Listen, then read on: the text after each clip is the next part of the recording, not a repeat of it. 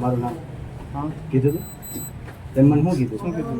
હું ઘી રહ્યો કે તારે મને અત્યારમાં ફોન નહીં કરવાના હા તો જો હું તો પછી જો 10:30 થી મને મારી આંગળી હા પણ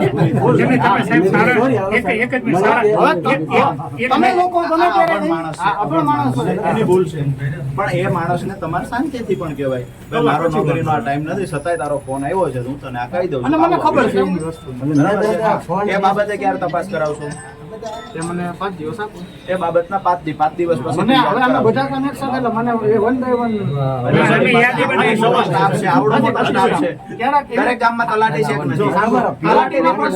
તલાટી રિપોર્ટ કરી આપણે બરાબર છે પણ મારી પાસે સ્ટાફ નથી અને એક તમને રિક્વેસ્ટ છે બે હાથ જોડીને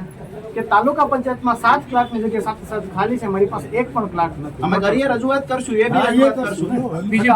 આ વીકમાં જ અમે રજૂઆત અમારી કરશું કામગીરી ત્યાં પણ અટકે છે થોડી અમને તકલીફ પડે અમારાથી થાય એટલું કરો બાકીનું જે પેન્ડિંગ છે એ અમે કરશું મારી એક રિક્વેસ્ટ છે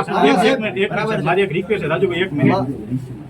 અહીંયા વપરાશમાં કેટલા બાથરૂમ છે ગામડાઓ આપણા ગામડાઓમાંથી કોઈ આવ્યું છે તો વપરાશમાં કેટલા બાથરૂમ એક લેડીઝનું અને એક જેન્ટ્સનું બીજા બાથરૂમમાં કઈ ભરેલું છે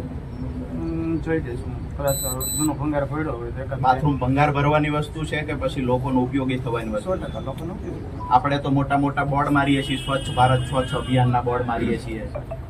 કેન્ડિડેટ તરીકે ફોર્મ ભરવા નથી દેતા જેના ઘરે બાથરૂમ ન હોય અને તાલુકા પંચાયતમાં બાથરૂમ છે એની અંદર કચરો ભરવામાં આવ્યો છે એ તાલુકા પંચાયતમાં એક બાથરૂમ લેડીઝ એક જેન્ટ્સ માટે છે એમાં પણ આપણે કચરો ભરીને રાખીએ છીએ જ્યારે કોઈ રજૂઆત કરવા આવે છે તો આપણે તો જાણે કોઈ સુપ્રીમ કોર્ટના જજ હોય એવો બિહેવિયર કરીએ છીએ બીજી વાત કરું છું દરેક રૂમ ની અંદર પાણીના જગ છે અને જે બહારથી આવે ને અરજદારો એ વેચાતું પાણી લઈને આવે છે આપણે કોઈ અરજદારને ના નથી પડી પણ ખબર ન હોય અરજદારને ખબર ન પાણી ક્યાંથી દરવાજા પાસે આજ તમે કોઈ બી ચેમ્બરમાં તમે જાઓ છો કોઈ અમુક કઈ કામ થતું નથી આજ તાલુકામાં અમુક તળાવો એવા છે ગુંડા કરવાની વાતો થાય છે તળાવ ઉપર 5 બકડીયા નાખી દેવામાં આવે અથવા જેસીબી થી કામ કરાવી અને હો મજૂરના એક મહિના સુધીના રોજ લેવામાં આવે છે આજ તાલુકામાં આ રજૂઆત અહીંયા કરો બરાબર છે મનરેગાના કૌભાંડના પુરાવા તમને અઠવાડિયા પછી અમે પુરાવા લઈને આવીએ છીએ મનરેગાની કરો તમારા ગામ પંચાયતની અંદર ભૂગર્ભ ગટરમાં ભ્રષ્ટાચાર ભાઈએ કીધું ને એ આ ઓફિસ થી થાય છે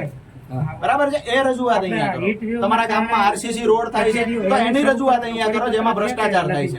ભૂગર્ભ ગટર બરાબર છે ભૂગર્ભ ગટર જેસીબી થી બનાવે અને મજૂરનું મસ્ત હોય 50 મીટર કારવાના જેસીબી થી ગાય હોય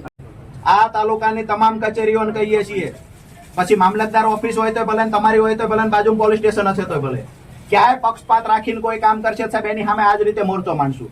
અને કોઈ તાકાત અહીંયા આ તાલુકામાં પેદા નથી થઈ કે અમારો અવાજ દબાવી શકશે અમે તમને એટલું કહીએ છીએ બેલેન્સ રાખીને કામ કરો અમે એવું નથી કહેતા ફલાણાને તમે કામ શું કામ આપો છો ફલાણાનું તમે શું કામ રાખ્યું અમે આ નથી કહેતા અમે અમારી ટીમનો માણસ હોય અમારો કાર્યકર હોય કે સામાન્ય નાગરિક આવે તો એને રિસ્પેક્ટ આપો એને અહીંયા બેસવા ખુરશી આપો ને એને વાત શાંતિથી સાંભળો દરેકને તમે અરજદાર દાખલાના અરજદાર તમે બોલવાનું લાયક જ નથી આ રેકોર્ડિંગ સાંભળ્યા પછી એટલે એક વસ્તુ છે તમારું કામ સારા કરો આસિસ્ટન્ટ વિડિયો તમે શું કામ તમારી ફરજ બહારનું શું કામ કર્યું છે આ વિસ્તારમાં તમારું કામ સારા કરીએ આ ફરજ બહારનું શું કર્યું છે પણ મારી ફરજની જ વાત કરું છું તો તમારી ફરજમાં એકેય તલાટી હાજર રહેતા નથી જો સર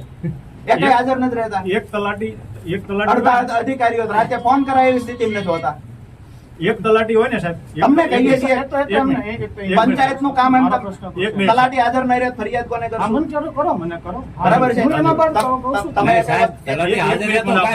એક મિનિટ મને આપો દાદાને શું તારી કરાય ખરા છે આ તો લગભગ આપણને જન્મથી સંસ્કાર મળેલા હોય એઝ એ અધિકારી તરીકે તો ઠીક છે પણ મેં મવાલીઓ ગુંડાઓ પણ આવડી ઉંમરના જો તું તારી કરે તો આપણે એને ટપોરી કહીએ અહીંયા તમારા આસિસ્ટન્ટ ટીડીઓ આ દાદાને ગાળો બોલે આ રજૂઆત કરવા આવ્યા તમારા બાથરૂમની સફાઈ નથી માત્ર એક બાથરૂમ છે તે બાથરૂમ કરવા માટે આવ્યા હતા સફાઈ નહોતી એટલે ત્યાં રજૂઆત કરવા ગયા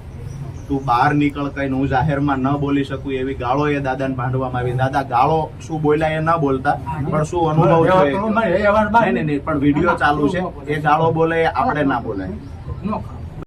જેમ કોઈ વ્યક્તિ આવેશમાં ગાળો બોલવાની ના ન બોલે પણ ક્યારેક એક મિનિટ તો એટલે તમે સ્વીકારો છો કે હું આવેશમાં આવીને બોલી ગયો સંભળાવો તો કદાચ હશે તો ખબર નથી મને યાદ નથી